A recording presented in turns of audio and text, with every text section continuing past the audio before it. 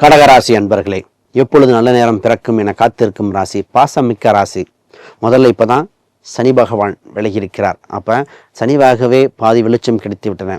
உங்களுக்கு இப்போ குரு பகவான் வேறு உங்கள் ராசியை நோக்கி வருகிறார். இந்த தமிழ் புத்தாண்டு வருடம் தொடங்கி குரு பகவான் வரும்போது இங்கே ஒரு கஜ கேசரி யோகம்.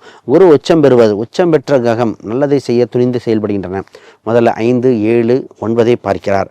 நிறைய இந்த கடகராசி அன்பர்கள் வேலையில் ஒரு முக்கியமான முடிவு, வேலை செய்யும் இடத்தில் இருந்த தொந்தரவுகள் தொல்லைகள் விலகி வேலையில் உயர் பதவி வருகிற அமைப்பு உண்டு.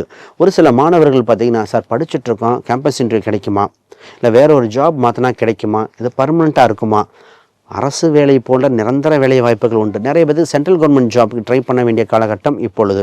நிறைய பேர் நீட்டு மருத்துவர் ஆகக்கூடிய அம்சம் உண்டு. அப்போ இப்பொழுது வேலை வாய்ப்புகள் யாரோ முயற்சி செய்பவர்கள், ரயில்வே சம்மந்தப்பட்டது, பேங்கிங் செக்டார், குரு உச்சம் இல்லையா, பேங்கிங் செக்டார் சம்மந்தப்பட்டது இதெல்லாம் உங்களுக்கு கிடைக்க, உங்கள் ராசிக்கு கிடைக்க வாய்ப்புகள் பறந்திருக்கின்றன.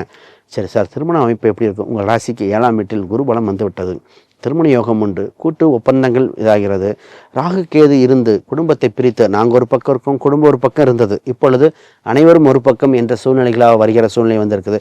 பிரிந்த குடும்பங்கள் சேர வாய்ப்பு உண்டு. இந்த நேரத்தில் வெளிநாட்டு சம்மந்தப்பட்ட போகிறவங்க மட்டும் குடும்பத்தை விட்டுட்டு போகிற மாதிரி சூழ்நிலை வந்திருக்கு.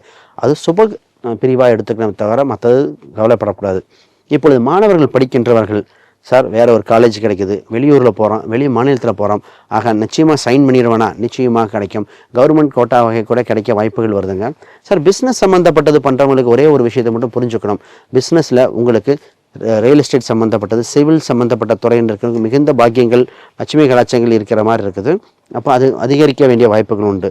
ரியல் எஸ்டேட்லேயே பார்த்தீங்கன்னா ஒரு சில விஷயங்களில் முதலீடு செய்யலாமா இல்லது கமிஷன் வகையில் பார்த்துக்கலாமான்னு கேட்டால் கமிஷன் வகையில் வாய்ப்புகள் அதிகமாக இருக்கின்றன.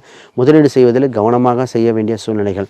இப்பொழுது குழந்தைகளாக இருக்கிறவங்களுக்கு மிகப்பெரிய வீட்டில் இருந்து படிப்பதா ஹாஸ்டலுக்கு அனுப்புகிறதா, பெற்றோருக்கும் இதே தொந்தரவாக தான் வந்துட்டு இருக்கு. அப்போ நிறைய பெற்றோர்கள் தன் குழந்தைக்காக நினைத்து வருத்தப்பட்டீர்கள். இப்பொழுது குழந்தை கல்வியில் மேன்மை, அவங்களுக்கு உண்டான திருமணம், அவங்களுக்கு உண்டான விஷயங்கள் நடக்கக்கூடியது. ஆக மொத்தம் கடகம் ஜெயிக்கக்கூடிய சூழ்நிலை வந்துருச்சு. என்னங்க, ஹெல்த் விஷயம் தான் கொஞ்சம் பார்த்துக்கணும். ஹெல்த்தில் சின்ன சின்ன தொந்தரவு உண்டு.